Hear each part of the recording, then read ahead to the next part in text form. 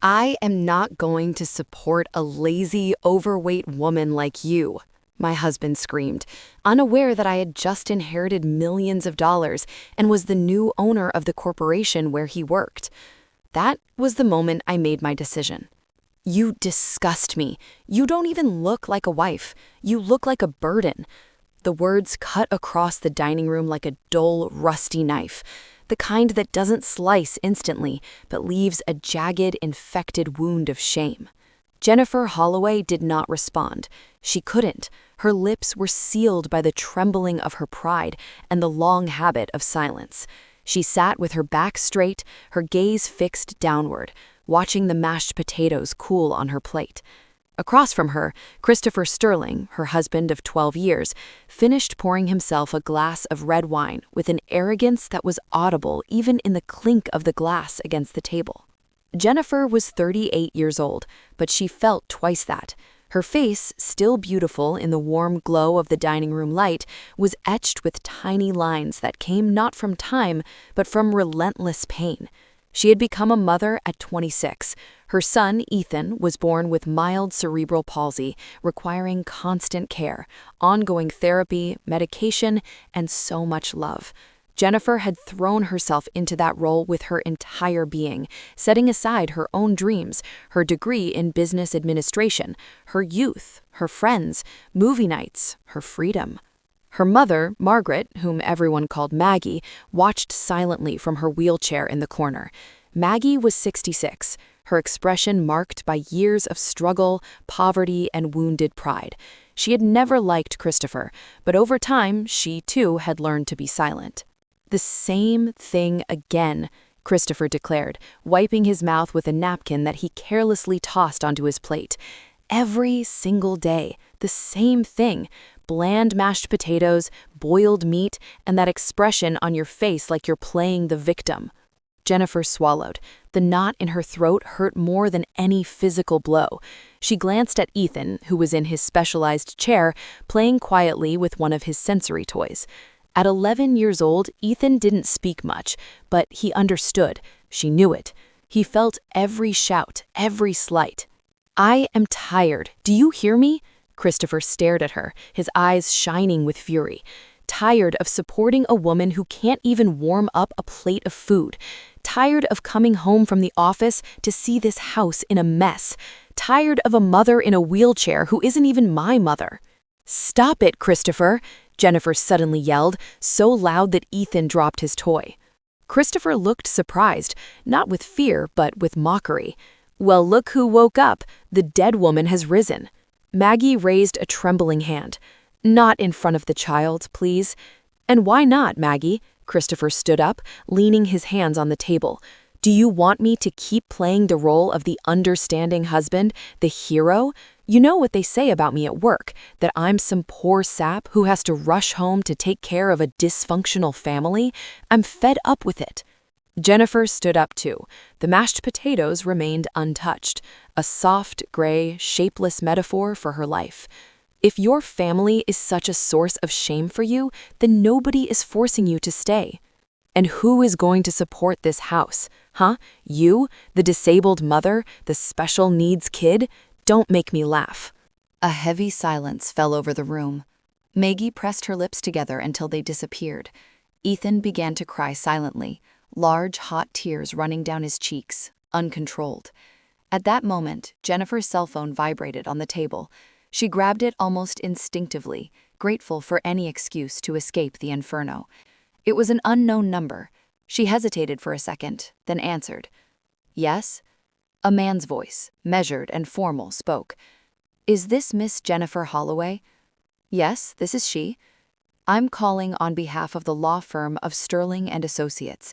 We need you to come in first thing tomorrow morning. It concerns the testamentary succession of Mr. Jonathan Vance." Jennifer frowned. "There must be a mistake. I don't know any Jonathan Vance." "Sir Vance legally recognized you as his daughter before his passing. You have been designated as the sole heir to his entire estate." Jennifer went blank. Christopher was still yelling in the background, but she could no longer hear the words. She only heard a buzzing, an electric current running through her body. Her mother, Maggie, looked at her intently. Her eyes said what her lips could not. It's true. Jennifer hung up the phone. So, what's happening now? Christopher asked, his tone laced with sarcasm. Did they call to offer you a job as a professional dishwasher? Jennifer looked at him as if seeing him for the first time. She didn't answer. She sat back down. Who was it? Maggie asked, her voice raspy. A lawyer. They say I inherited something. Something big. From who? From Jonathan Vance. Christopher let out a dry laugh. The owner of Vance Holdings? The old millionaire who was in the news a few days ago for dying alone? Jennifer nodded silently. And what does he have to do with you? That's what I'm wondering. Maggie lowered her gaze. A slight tremor in her hands betrayed her. Mom, do you know something? It's not the time. Yes, it is. Christopher slammed his hand on the table. Is someone going to explain what is going on? Ethan began to cough, choking on his own tears. Jennifer rushed to him, holding him tightly, cradling him against her chest. It's okay, my love. Mama is here. Mama isn't going anywhere. Christopher picked up his plate and smashed it on the floor. I'm sick of this, tired of this farce, of this house, of this life. I am not going to support a lazy, overweight woman like you. The silence was immediate, heavy, absolute. Jennifer turned around slowly. Maggie was breathing heavily. Ethan looked at his mother as if waiting for something, a word, a gesture, a sign. But Jennifer only smiled, a small, tiny curve of the lips that no one understood, but that changed everything. You're right, she said without emotion. You won't have to support me anymore. Christopher blinked. What did you say? I'm leaving tomorrow. You can keep your food, your ego, and your silence. Where you think you're going? Jennifer looked at her mother, then at her son. Somewhere I can breathe. And without another word, she picked up Ethan and carried him upstairs. Christopher stood there with the broken plate scattered on the floor, the wine spilled on the tablecloth, and a silence that, for the first time, did not obey him. Maggie looked at him from the corner. I swear one day you're going to pay for all of this, he scoffed. Now you too? You're all crazy in this house. She turned her head toward the window. The neighborhood lights flickered. Somewhere the city was still alive, oblivious to the daily tragedy unfolding in that house. Upstairs, Jennifer was packing a duffel bag with Ethan's clothes, medical papers, and her old college notebook.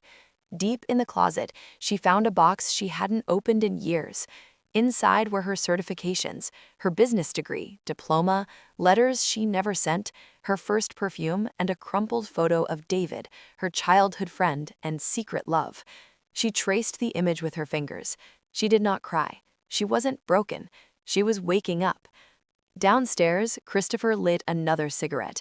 He didn't know he had just signed his own sentence. He didn't know the woman he had scorned now owned the empire where he thought he was in charge. And for the first time in a long time, she had a plan. She didn't sleep that night. While the world around her sank into darkness, Jennifer prepared the essentials. Ethan's medical documents, her university transcript, the old planner where she once scribbled her dreams, the same dreams she'd put on hold since motherhood, marriage, and reality chained her to a life she hadn't chosen. At 5 a.m, without making a sound, she walked down the stairs with a suitcase in each hand and Ethan asleep in her arms. Her mother was waiting by the front door in silence, a blanket over her legs and her eyes wet. Jennifer nodded. Maggie knew it was time. They called a cab using a ride-sharing app, and when the car pulled up in front of the house, they didn't look back.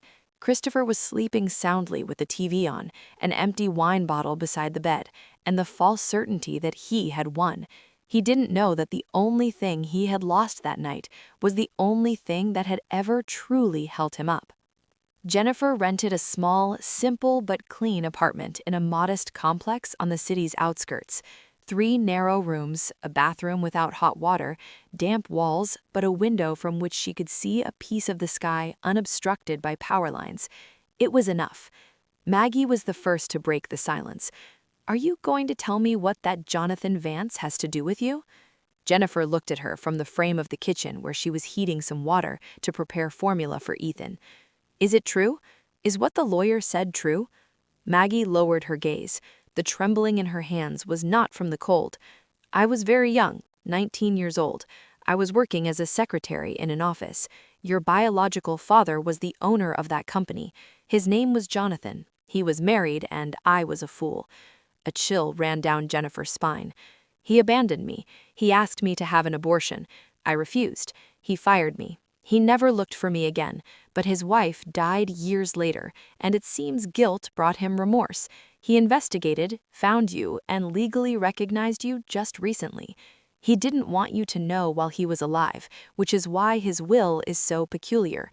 Jennifer closed her eyes for a moment. Her real father was a millionaire, one of the richest men in the country, the owner of Vance Holdings. The name now carried a different weight. Vance Holdings was a technology and infrastructure conglomerate with hundreds of employees, government contracts, and offices in several states. A powerhouse. And now, according to that lawyer, she was the sole heir. But it wasn't the wealth that kept her awake. It was the fact that Christopher worked there, in the very empire she had just inherited. Over the next few weeks, Jennifer moved in silence. She started therapy with a psychologist named Dr. Rebecca Turner, a specialist in emotional abuse survivors. She exercised at home, ate better. She learned to breathe before answering, to say no without fear, to look at her reflection without shame. It wasn't fast, it wasn't easy, but with every passing day, the face looking back at her was more her own, less molded by Christopher. Ethan was enrolled in a new specialized pediatric therapy center. Thanks to the inherited resources, she could pay for his sessions without depending on anyone. His smile improved. He began making sounds he hadn't made in years. Although he couldn't articulate full words, every time he looked at his mother, his eyes spoke what his mouth could not. Thank you. Maggie in her chair beside the window knitted silently. She no longer needed to talk. She knew the change was happening, and it was real. One morning, the Vance Holdings lawyer sent a package by courier. Inside were legal documents, deeds, partnership shares, and a handwritten letter signed by Jonathan Vance. I failed you as a father, but I returned the power that was always yours, not for you to forgive me, but for you to decide what to do with my name. Jennifer didn't cry. She didn't feel nostalgia. She felt direction. She requested a meeting with the Vance Holdings executives. It was David who arranged the meeting. David, her childhood friend, the only one who hadn't disappeared when things got hard, showed up at the apartment door with a box of fresh fruit and a nervous smile. "Can I come in?" Jennifer let him in without saying anything. "I heard about Jonathan," he said. "I found out from a colleague. Vance had a secret daughter, an heir. When I heard your name, I couldn't believe it. Well, now you know. What do you think I should do?" "What no one ever did for me? Find justice." David was a financial analyst, but he was also an honest, loyal man, one who never got tangled in the mud, even when everyone around him did.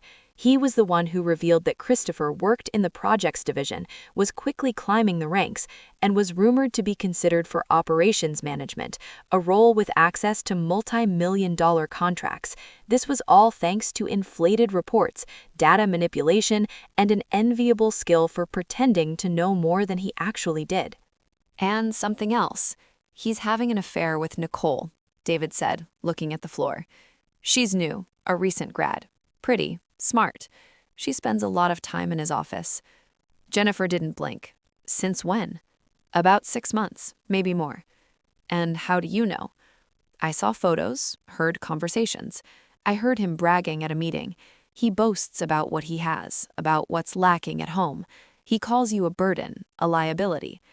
Jennifer clenched her fists, not from rage, but from a surge of strength. I want to get into the company. Not as president, not yet. I want to see who's who from the bottom. I want to meet the people who work there, the ones Christopher steps on, the ones nobody sees. David helped her arrange discreet visits. She introduced herself as an external consultant in personnel evaluation, under an alternative name. She went to the central headquarters, walked through offices, and spoke with cleaning staff, technicians, and receptionists.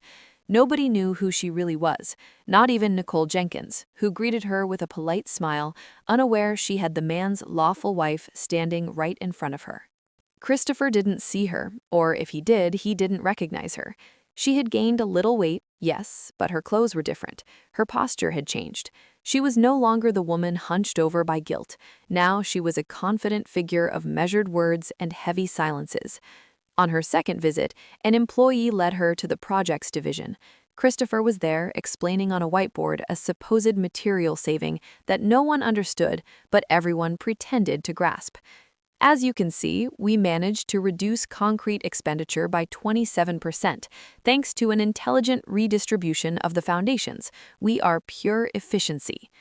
Jennifer stayed in the shadows behind a column, watching.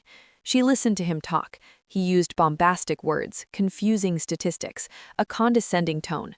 He felt powerful.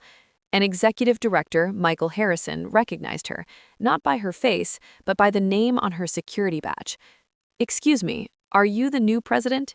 "Not yet," Jennifer replied. "For now, I'm just an observer." Harrison swallowed, understood, and said nothing more. At the end of the day, Jennifer was invited to an internal performance review meeting. David accompanied her. She sat in the back, behind polarized glass, in an adjoining conference room. Nobody knew she was there. Christopher entered first. He wore an expensive suit, strong cologne, and a rehearsed smile. He greeted several people with backslaps, empty laughs, and false promises. "Today, we are going to present the quarterly results," he said, connecting his laptop to the projector. "I think everyone will be impressed." Jennifer watched him silently. What she felt wasn't rage, it was pity, because everything he believed he had wasn't his. It was borrowed, stolen, faked. While Christopher spoke, Jennifer opened her notebook and wrote a single sentence. "He has no idea." And she smiled, not with mockery, but with certainty, because in that moment she understood that true power wasn't in yelling or slamming the table or humiliating. True power was knowing who you are and who you never need to be again. Jennifer closed her notebook firmly. The murmur of the meeting continued behind the polarized glass, as Christopher, with his fake charisma, continued to show off to the executives, unaware that his days were numbered. She didn't need to interrupt. She didn't need to humiliate him in front of everyone. Not yet. She would bring him down with the same lies he had sown. She left the room without a word. David followed her, a mixture of concern and pride on his face. In the elevator, she didn't speak, only looked at their reflections in the steel mirror, two figures that were once fragments and were now starting to assemble. When they reached the parking lot, she broke the silence. "I want every contract from the last 6 months reviewed. I need an internal audit team, one that isn't corrupt. Do you have someone in mind?" "Yes, and I want him to start this week. His name is Kevin." "Kevin Reed? Eleanor's son, the guy with Asperger's." "Yes, I met him at the center where Ethan goes for therapy. He helped organize the therapy games. He memorized schedules, names, codes. He has a brilliant mind. They need him, even if they don't know it." David didn't object. He had already learned that when Jennifer made decisions like this, it was always for a deeper reason. The next day, Kevin arrived with a worn backpack, poorly stitched shoes, and a shirt that was too big. He walked with his head down, talking to himself very softly. But when he entered the office assigned to him next to Jennifer, everything changed. His gaze fixed on the computer as if it were a musical instrument, and in less than 20 minutes, he had already detected minor inconsistencies in 3 billing documents. Jennifer watched him with interest as he explained his color-coding system. "Every file has a pattern. When they break that pattern, I know there's an error or lie." "And how do you distinguish one from the other?" Kevin looked directly at her, as if the question needed no answer. "Lies have a smell," and he returned to his screen. In parallel, Jennifer's orders began to be implemented.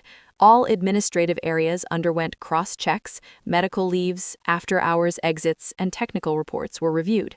Christopher began to notice the change, but interpreted it as part of a typical transition process when a new president takes power.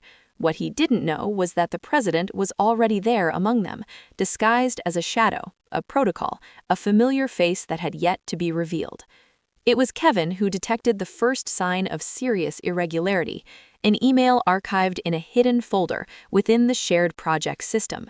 In that email, Christopher was exchanging messages with an external vendor called Crestwood Solutions, which was not listed in the official database of approved contractors. Attached were modified blueprints of public structures, along with inflated expense figures. Kevin handed the information to Jennifer, without a word, only a small sticky note that read, "Does not match." Jennifer read it and realized that Crestwood was not only a phantom supplier, it was being used to launder money. Christopher had been diverting funds for longer than she imagined. Meanwhile, Nicole continued to appear in the visitor logs to Christopher's office after hours, always after 6 in the evening, always with envelopes in hand, always with perfume so strong it lingered in the air even after she had left. Jennifer watched her one of those nights from a security camera. Nicole sat on Christopher's lap. He stroked her leg. She laughed with a practiced coquetry, but her gaze occasionally seemed lost in something darker. Something didn't add up. Days later, Nicole requested a private meeting with Human Resources. She claimed stress, anxiety, morning sickness. The director of the department coldly informed Jennifer. She requested a temporary leave of absence. She says she needs to have some tests done. Jennifer didn't react publicly, but she called David as soon as she had a moment alone. "She's pregnant." "Are you sure?" "Completely, and she's not going to say who the father is." That same night, Maggie had an episode. Jennifer arrived at the apartment and found her mother semi-conscious, her breathing weak and a burning fever. They rushed her to the nearest metropolitan community hospital. The diagnosis was a respiratory infection complicated by her age and chronic condition. While the doctors stabilized her, Jennifer sat next to Ethan in the waiting room. The 8-year-old stroked his sensory toy, his eyes fixed on the floor. Jennifer took his hand. "I promise Grandma is going to be fine." Ethan didn't answer, but he squeezed her hand tightly. Jennifer couldn't help but cry. Everything she was building could collapse at any moment. Power couldn't buy time or reverse the damage accumulated by years of silence. The next morning, while Maggie slept connected to an IV, Jennifer returned to the office. Kevin was waiting with another report. This time it was a recording. He didn't know it was on, Kevin explained, showing his voice recorder, which he used to record his disorganized thoughts. He played the audio. Christopher was talking to someone else, someone unidentified, but the tone was clear. Trading information, leaks, promises of under-the-table payments, and something more. "If the board doesn't approve my promotion, I'll do what we talked about. I have the data and a contact in the press." Jennifer closed her eyes. Christopher was blackmailing the top brass. He was ready to pull the company down if he didn't get what he wanted, like a child breaking a toy when he's not allowed to keep it. Later, while Jennifer was processing everything, David approached with a folder. The list of employees who reported harassment in the last few months. No formal actions were taken. The victims were afraid. Regarding Christopher, there are 5 mentions of his name, all dismissed without investigation. 4 women, 1 man. Jennifer swallowed hard. She knew what he was capable of. She had lived it. But reading it in the reports, feeling it so close, made her sick. That night, David invited her to dinner. Not at an expensive restaurant, but at a small diner across from a park. They ordered burgers and hot soup. They talked little, eating in silence until David broke the wall. "Why don't you hate me?" "What makes you think I don't?" "Because you still let me be close. After what happened with Nicole?" Jennifer looked at him for a long time, then lowered her gaze. "Because I know what it feels like to make a mistake out of loneliness. I'm not justifying you, but I understand you. I don't want you to understand me. I want you to believe me, to believe that I care about you." Jennifer didn't respond. She finished her soup in silence. The next day, Nicole appeared at a district gynecological clinic. Ethan had therapy at the same location. Jennifer didn't see her, but Kevin did. He recognized her from a photo David had shown him, and she wasn't alone. David was with her. Kevin, unaware of the danger, took a picture with his phone and sent it to Jennifer with a single word: "Today." Jennifer stared at the image for several seconds. David next to Nicole in a waiting room, her belly slightly rounded, him sitting too close. Not a caress, not a smile, but the complicity was there, invisible to those who didn't know how to read glances. Jennifer knew. She knew too well. The silence in the office became thick, almost physical. Kevin, at his desk, pretended to review papers, but his eyes were shaking. He had noticed the change in Jennifer's expression, that sudden hardening of her jaw, the way her fingers gripped the edge of the desk. He didn't dare speak. Jennifer took a deep breath. She counted to 5. Then she stood up, grabbed her purse, left the stacked documents, and walked out of the building without looking at anyone. The cold night air hit her face like a reproach. She walked 3 blocks to an empty coffee shop. She ordered a black coffee, sat at the farthest table, and contemplated the unthinkable. What if David had lied? What if the child Nicole was expecting wasn't Christopher's, but his? What if the only clean man she had left was also rotten inside? It wasn't just jealousy. It wasn't wounded pride. It was something else. It was the feeling that everyone she touched betrayed her. First, her mother, hiding who her real father was. Then Christopher, with years of humiliation. Now, perhaps David. Everyone had hurt her. Everyone except Ethan. Her phone vibrated in her purse. She checked the screen. It was the clinic. She answered immediately. "Miss Holloway?" "Yes, tell me." "You need to come in. Your son has had a respiratory crisis. He's under observation, but we need your consent to transfer him to the pediatric intensive care unit." The world shrank. She left the coffee untouched and ran to the main avenue to hail a cab. She didn't remember how she got there. She didn't remember the traffic lights or the headlights. She only remembered getting out of the car, running down the hospital corridor, opening the door to the observation area, and seeing him there, so small, with an oxygen mask, his lips purple, his body still. "Ethan," she whispered, approaching. A young doctor explained that the child had entered a state of mild hypoxia, likely due to a type of fibrosis that hadn't been detected. They performed a CAT scan, a battery of analyses, and pulmonary function tests. Jennifer didn't fully understand the medical terms, but the important words were clear. Specialized care on the East Coast, experimental treatment, expensive, immediate, salvation, or resignation. How much does it cost? More than can be paid without institutional support. Jennifer looked him in the eye. "I can pay for it." "Are you sure?" "Don't doubt it." Ethan was stabilized, but he had to travel soon. The treatment had to start before the fibrosis advanced. Jennifer spent the night in a chair next to his bed. In the early morning, when the child opened his eyes, the first thing he said was, "Mom, why doesn't Dad love me?" The question hit him like a gunshot. Jennifer froze. Ethan wasn't looking directly at her. He was looking at the ceiling, his lips dry, his voice barely audible. Jennifer felt the air leave her chest. "It's not that he doesn't love you," she whispered. "It's that he doesn't know how to." "Did I do something wrong?" "No, my love, you are perfect. The problem is his, not yours." "And why doesn't he live with us?" "Because I didn't want him close. Because you and I are better off without someone hurting us." Ethan closed his eyes again. A tear slowly crossed his cheek. Jennifer wiped it away with her fingers. She felt powerless, furious, hurt. The child she had defended with her whole being was now asking if he was to blame for not being loved, and all because that despicable man hadn't been capable of seeing what was right in front of him. The next morning, Maggie came to the hospital. They brought her in a wheelchair, pale, eyelids drooping, her voice. Jennifer explained the situation. Maggie nodded without speaking. She was thinner. Her skin had dark spots. Coughing shook her whole body. When Ethan fell asleep, Jennifer took her to the hospital cafeteria. There, while stirring sugar into a cup of tea, Maggie spoke. "You hate me for hiding it from you." Jennifer didn't respond. I understood it as soon as you said his name. I knew that sooner or later the truth would come out. He wasn't just a man. He was an entire lifetime. You took away the possibility of knowing who I was.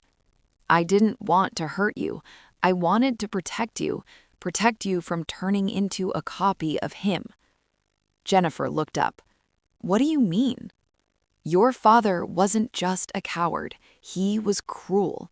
He didn't just fire me. He threatened me. He told me if I spoke, he would erase my name from the world. He had contacts, money, power. You were a stain on his record.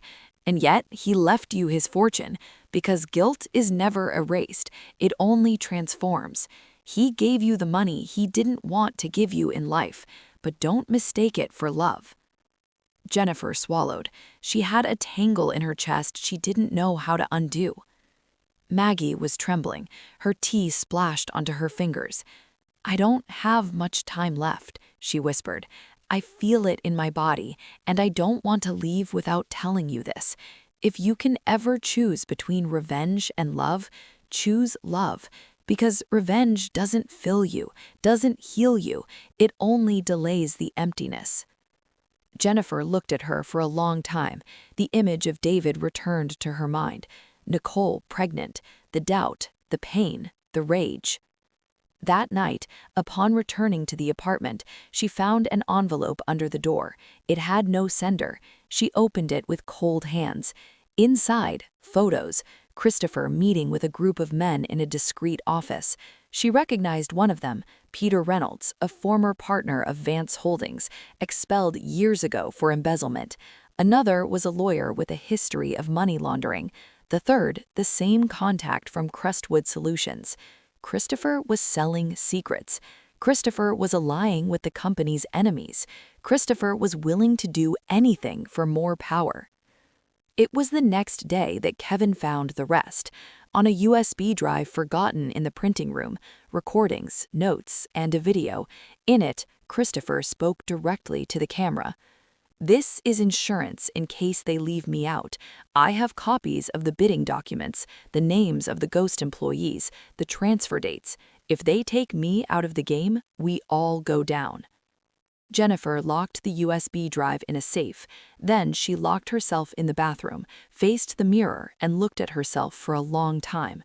She had everything in her hands, the evidence, the power, the opportunity to destroy him, and yet something inside her trembled. She brought her hands to her face, leaned on the sink, and slowly let herself fall to the floor. She cried silently, with a sadness that came not just from the betrayal, but from the loss. Because every step toward justice took her away from something she also needed, peace.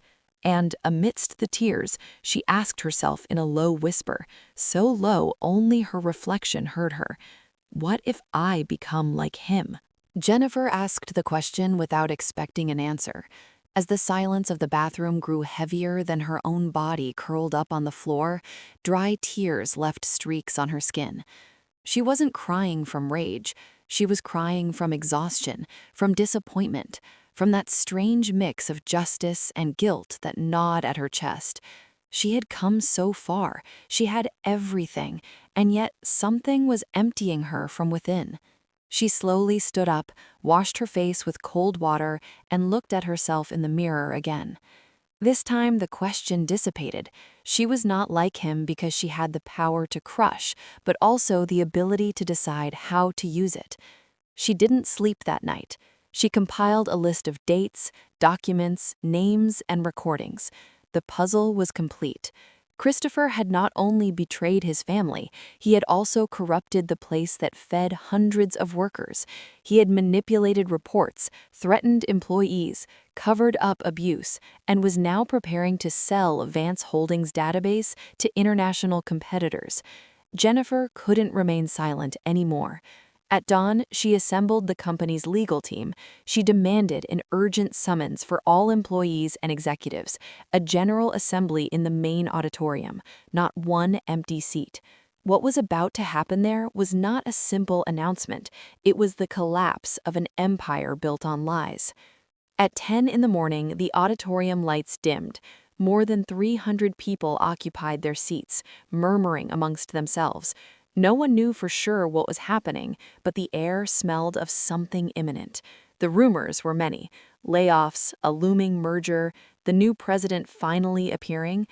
Christopher arrived dressed like he owned the world. New suit, silk tie, arrogant smile. He greeted several people with backslaps, empty laughs, and false promises. He sat in the front row and crossed his legs shamelessly. He had no idea what was about to unfold. David was in the sound control room. Kevin, sitting next to the stage, held a small folded sheet of paper in his hands. Maggie was not there. The hospital had decided to admit her for caution, although her condition worsened every day. Jennifer walked onto the stage amidst murmurs. She wore a simple, unadorned black pantsuit.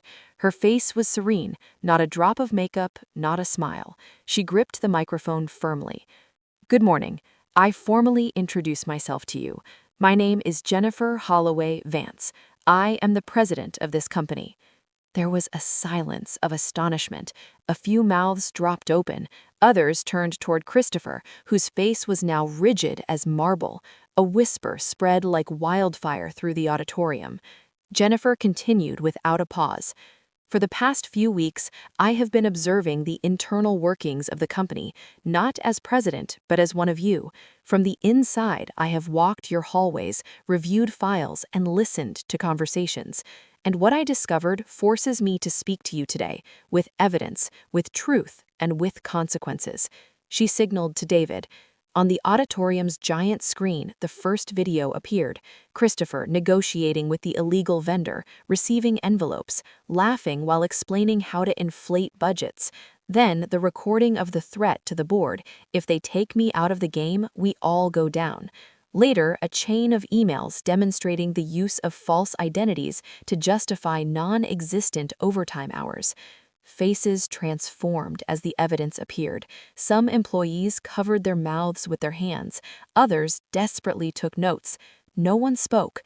No one dared. Jennifer walked across the stage as if each step were an act of liberation. "And it doesn't end there," she said firmly. "Mr. Christopher Sterling was also reported for harassing multiple employees, complaints that were ignored out of fear, manipulation, or protection. These people will have their voice today." She paused. She looked directly at Christopher, who was now white as paper, sweating, clenching his fists on his knees. "What you built with lies is collapsing today with the truth." Christopher abruptly stood up. "Don't do this to me, Jennifer. Not here." "Not here? Where then? At home? In the bed where you lied? In the company where you stole?" Christopher rushed onto the stage, trying to snatch the microphone. David intervened. Two security agents grabbed Christopher by the arms. "You are nothing without me. I picked you up out of the gutter. I made you a woman." Kevin stood up from his seat. He walked slowly toward where Jennifer and Christopher were.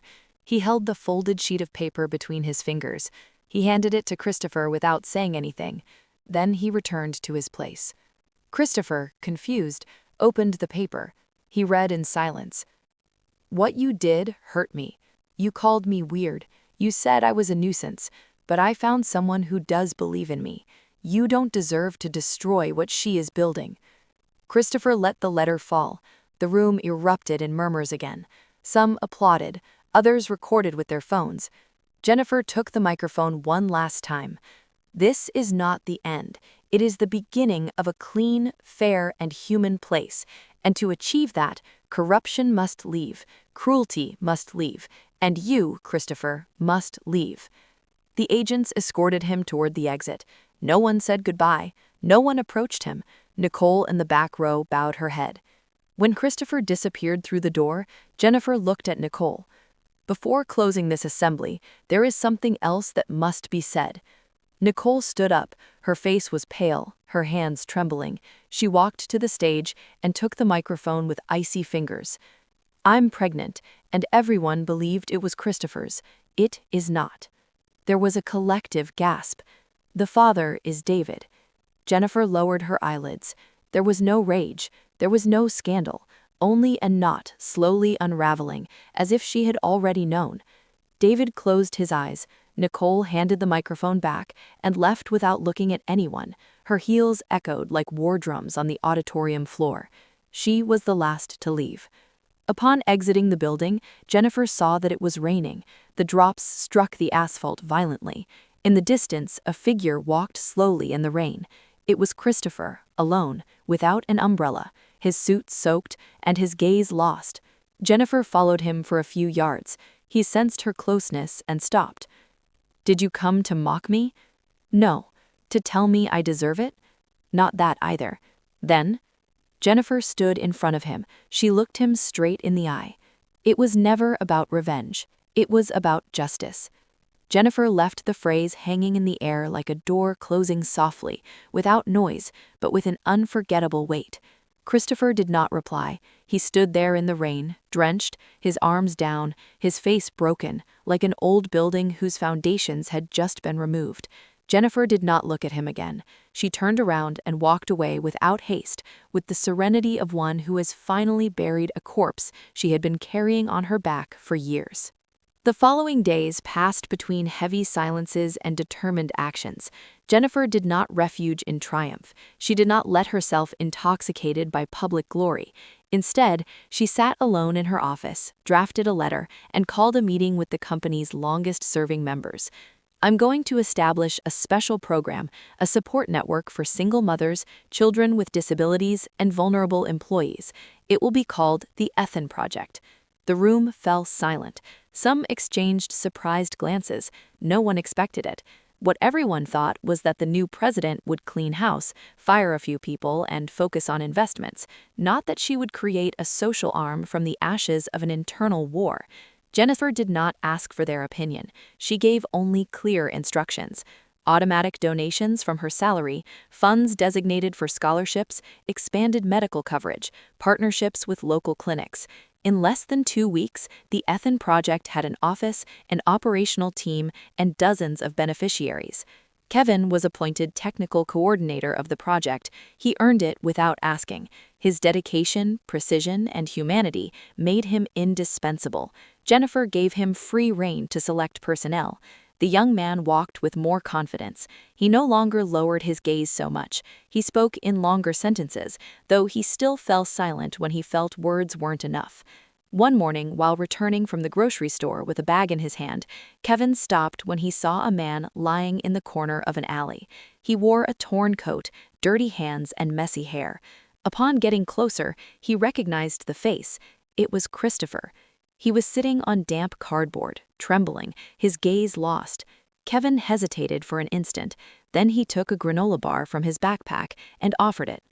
"I don't have any money, but this might help you." Christopher looked at him.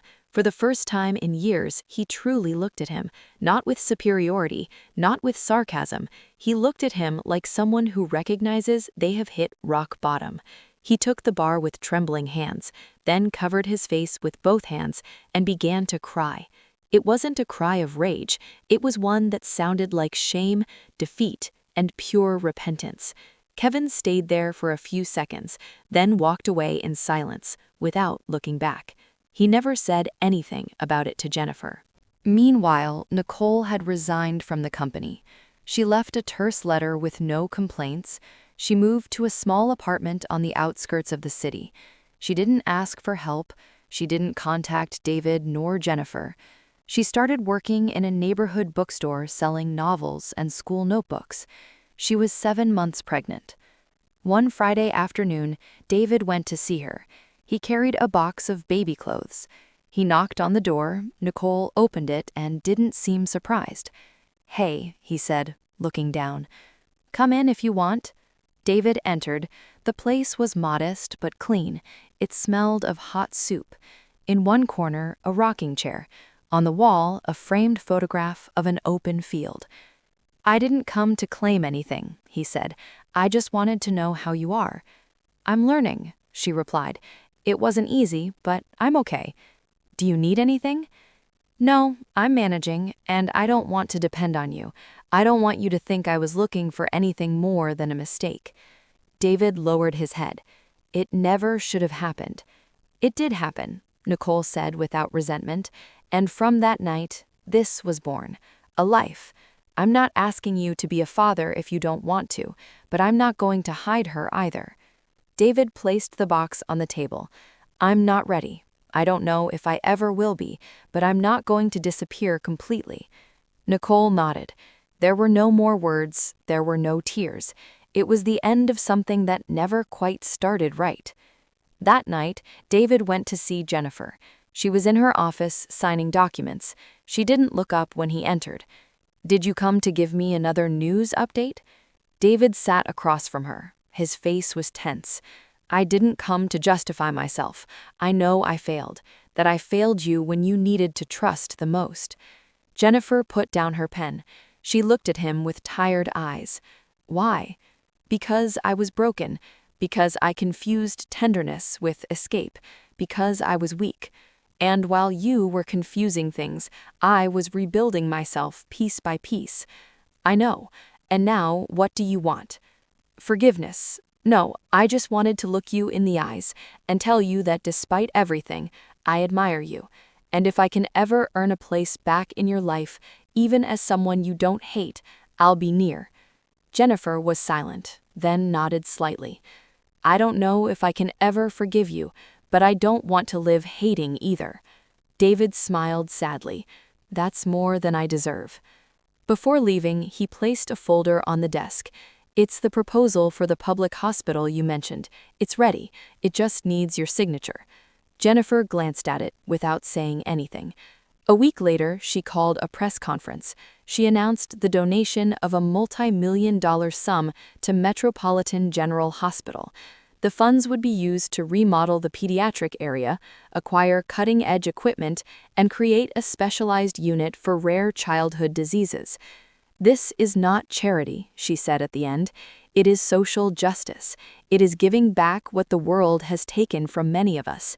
And I do it in the name of my son, Ethan." That same day, Ethan was transported to the airport along with a medical team.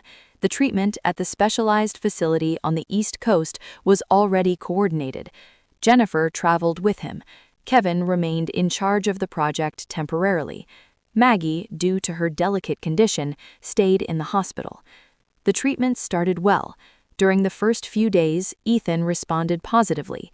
Jennifer was with him for every session. She read him stories, sang to him, talked to him about the ocean. The boy smiled, albeit weakly, with that tenderness only children can give. But in the second week, things changed. An intense fever, unstable pulse, labored breathing. The doctors took urgent measures. The fibrosis had spread more than expected. The treatment was aggressive. His small, tired body wasn't coping well. Jennifer spent the night awake. In the early morning, a doctor entered with a grave look. "We have to induce a medical coma. It's the only way to prevent further damage. If we don't, he could collapse." Jennifer pressed her lips together, nodding with tears in her eyes. Before they sedated him, she leaned over him. "I love you, my life. You're going to rest for a little while. When you wake up, I'll be here as always." Ethan looked at her tiredly and with a thread of a voice asked, "Will you sing to me when I wake up?" Jennifer nodded. "Yes, my love. I'll sing to you every single day if I have to." The boy closed his eyes. The monitor marked a slow, stable frequency. The doctors worked in silence. Jennifer remained in the chair without moving, like a statue bleeding on the inside. Ethan had entered a coma, and a part of her had too. And so, while the world kept turning, Jennifer felt her soul finally bleed without hiding, because justice is not celebrated, it is sustained, and sometimes it is paid for with what hurts the most. The room where Ethan slept in a coma was full of machines that breathed for him, the constant hum of the monitor, the slight beeping of every heartbeat, the artificial breath setting the pace of his struggle. Jennifer didn't move. She had become accustomed to the pain of seeing her son motionless, not laughing, not uttering those few words that always brightened her day. Every second spent in that room was a constant decision not to break down. The medical staff was careful. They treated her with a mixture of respect and compassion, but no one could tell her what she most wanted to hear, that her son would return, not with certainty, not with a guarantee, only with hope. And hope at that moment was a thin line that broke with every piece of bad news. That morning, while Jennifer moistened Ethan's lips with a swab, she received a call from her lawyer. Christopher had been admitted to the county medical center with a severe case of pneumonia. They found him passed out in the street, malnourished with hypothermia. No family member claimed him. No one knew where he lived. Jennifer hung up without saying much. Hours passed. She thought about it. She thought about it again until she finally picked up a folder, a handwritten letter, and left the hospital where Ethan still slept with his soul suspended. The county medical center smelled of cheap disinfectant. The room where Christopher was recovering was at the end of a windowless hallway. He was awake but haggard, his beard overgrown, his eyes sunken, his skin grayish. When he saw her enter, he clumsily sat up, with a hint of shame in his gaze. "What are you doing here?" Jennifer didn't respond. She took a folded sheet of paper from her purse and placed it on the nightstand. "It's a letter from Ethan. He wrote it before our trip. He left it for you in case something happened." Christopher swallowed. "He's in a coma," she said without hesitation, fighting as always. Christopher said nothing. He took the paper with trembling fingers, opened it, and recognized his son's messy handwriting. As he read, tears began to slide down his cheeks uncontrollably. When he finished, he brought it to his chest as if it were a shield or a confession. Jennifer watched him in silence. She didn't feel hatred, only a distant echo of compassion, of sorrow for what could never be. "What you did cannot be fixed," she said without harshness, "but you can start over. Not with me, not with Ethan, with yourself." She left the room without waiting for an answer. That same afternoon, while the sky outside the hospital windows clouded over, the monitor next to Ethan's bed emitted a different sound, a slight change in rhythm. The doctors immediately entered. Jennifer approached as if each step cost her a soul. And then she saw it. His fingers moved, then his eyelids. Slowly, with tremendous effort, Ethan opened his eyes. "Mama," he whispered. It was as if the world had turned back on. Jennifer fell to her knees next to the bed, crying, kissing his hands, repeating his name like a prayer. The doctor smiled discreetly. Ethan looked at her as if he knew he had returned from a long way just for her. "Will you sing to me?" he asked, his voice weak. "Of course, my life. I'll sing to you all my life if you want." They returned home weeks later. The treatment had paid off. Ethan was stronger. He didn't run or shout like other children, but he was alive, and that was enough. Upon her return, Jennifer was greeted as a symbol of strength, but she no longer wanted that position. She didn't want to be the woman on the pedestal. She had seen too much. She had felt too much. She publicly resigned from the presidency of Vance Holdings. She did it without applause, without long speeches. She simply said, "I didn't come to stay in power. I came to clean up a company, to protect a life, and I have done that." The board of directors accepted her decision with respect. Kevin was promoted to general coordinator of the Ethan Project. His intelligence, his sensitivity, his sense of duty made him perfect for leading the social division. Soon after, an international organization invited him to give a TED Talk at the company's headquarters. The day of the event, the auditorium was full. Kevin walked onto the stage with a notebook in his hand, took a deep breath, and began to speak. "When I was a kid, they told me I was weird, that I talked to myself too much, that I looked wrong, that I didn't fit in. And that hurt me a lot, until I met someone who didn't ask me to fit in, who gave me space to be who I am.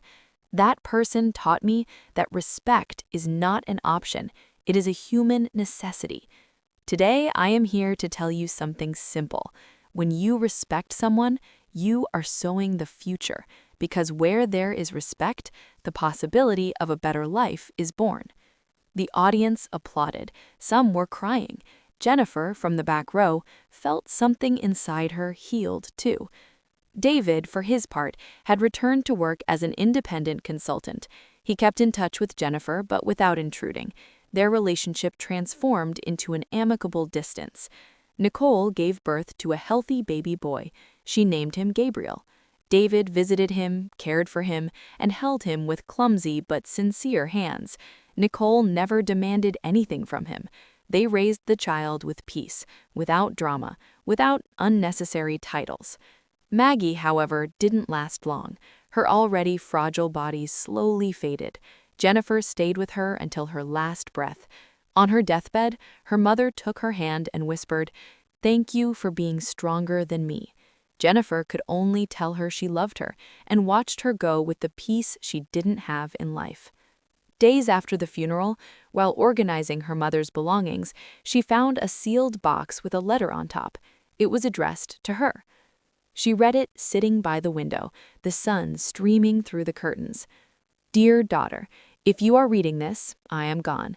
I don't ask for forgiveness for what I hid.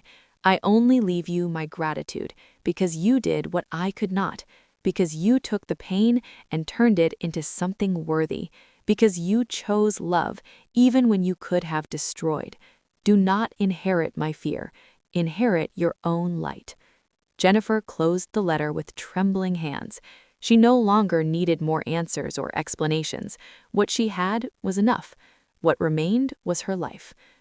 She moved near the coast to a simple house with large windows and a porch where Ethan played with his sensory toys. There she wrote, cooked, and walked. No one recognized her, no one applauded her, and that made her happy. One morning, Ethan brought her an old notebook. She opened it and saw a page written with clumsy but determined strokes. It was a journal entry. "You wrote this?" The boy nodded. Jennifer read aloud. "My mom is not a lazy, overweight woman. She is the bravest woman in the world." Her voice broke. She hugged him tightly, tenderly, with everything she had, and she knew in that instant that everything had been worth it.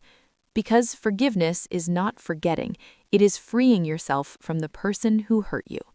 And so, in a corner of the world where the ocean sings instead of screams, where silence does not hurt but embraces, the light was finally born.